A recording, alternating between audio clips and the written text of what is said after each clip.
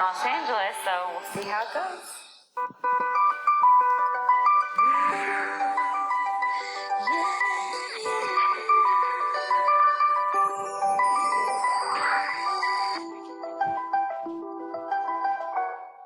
Why does my heart miss a beat as some footsteps on the street? It's a precious little thing. Okay, so you're the owner of Babycakes NYC, the most popular health-conscious vegan bakery in the city, and you've just opened your second store.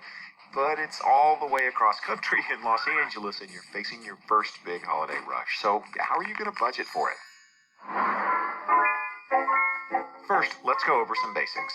Budgeting, which is defined as a written statement of management's plans for a specific period expressed in financial terms, is a cornerstone of planning for any business, large or small. Aside from doing the baking and the frosting and designing uniforms, I'm also in charge of all the budgeting and planning myself. Budgeting definitely makes us more efficient and helps us judge the performance of the company, and it helps us be a little bit more responsible with spending. Once budgets are established, they become an important basis for evaluating future performance. They can motivate employees to meet objectives. They serve as a deterrent to waste. They promote efficiency, and they can serve as an early warning system.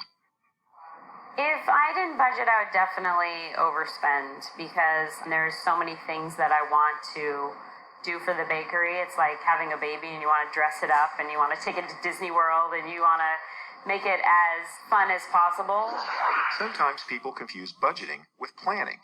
Whereas planning focuses on long-term strategy, budgeting deals with short-term financial management. Budgets can be prepared for any period of time. In the case of Babycakes, Erin prepares an annual budget, which is supplemented by quarterly budgets. From there, we know what we can buy, how much to put into certain items, and that way we can look at an extended period of sales trends, weather, holidays. Holidays like Valentine's Day, which brings us back to our starting point. With Valentine's Day quickly approaching, Erin needs to be sure that she has allocated enough resources to handle the rush, assuming there will be a rush in the new location. So how does she proceed? In business, a master budget normally contains two classes of budgets: operating budgets, which we'll discuss in this video, and financial budgets. There are many different types of operating budgets, but we'll focus on the two that Erin uses predominantly. Budget goals, of course, are based on past performance, and in larger companies, data are collected from various organizational units, beginning several months before the end of the current year.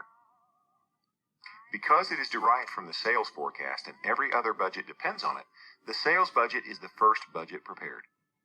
Normally, companies forecast sales by considering a variety of factors, but Erin doesn't always have all these at her disposal in the new LA bakery. It's going to be challenging to plan for Valentine's Day because we don't have past years that we've been at this location. In the absence of a sales history, she'll refer to data from her New York store for guidance. One thing she learned over the years is that Valentine's Day is not a holiday to be taken lightly. Our first Valentine's Day in New York, we baked a little bit more than usual, but right when we opened our door, there was a line, snaking around the block, and we couldn't bake fast enough or frost fast enough, so I learned my lesson very quickly that time. In terms of marketing, Erin keeps her holiday costs low in the new location by using her creativity and by making use of online social networks. We'll tweet that we have special sweetheart boxes, 2 cupcakes in a window box, and it looks like a little present. And things like heart-shaped cookies, and that'll usually get the word out enough for us. Yeah. Is there a gluten allergy? I would go for the spelt ones then. Because Babycakes appeals to a very specific demographic, people with food allergies, Erin can't really look to chains like Sprinkles for industry trends. As a general rule, Erin tends to overbake rather than underbake so as not to disappoint her customers. In the event she doesn't move all of her product, she can always sell items the following day at reduced prices. The bottom line is that for small businesses, the sales forecasting process can be somewhat informal at times. Erin takes a very hands-on approach to her business, which allows her to spot trends, minimize waste, and trust her instincts.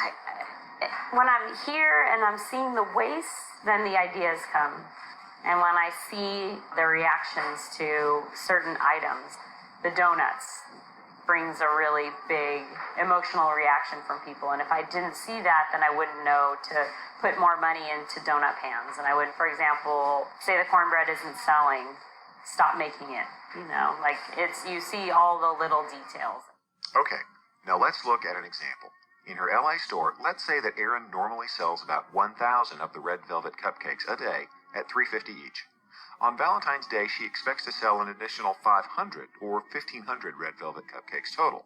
So we multiply the expected unit sales by the unit selling price to obtain total sales, which in this case is $5,250 for the red velvet cupcakes. So she knows that she needs to ensure she has enough supplies to handle the production. Next, let's look at the production budget, which shows the units that must be produced to meet the anticipated sales. This is derived from the sales budget plus the desired change in ending finished goods.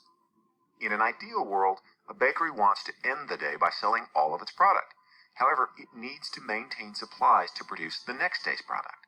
The required production in units formula is budgeted sales units plus desired ending finished goods units minus beginning finished goods units equals required production units. So, if they sell 1,000 red velvet cupcakes each day on average, and they have to account for an extra 500 red velvet cupcakes on Valentine's Day, they'll not only have enough raw materials for the holiday, but for the days that follow. This is obviously a very simplified sample, but as you can imagine, it gets even more complicated when Erin has to take into account different types of cupcakes and other products and flavors.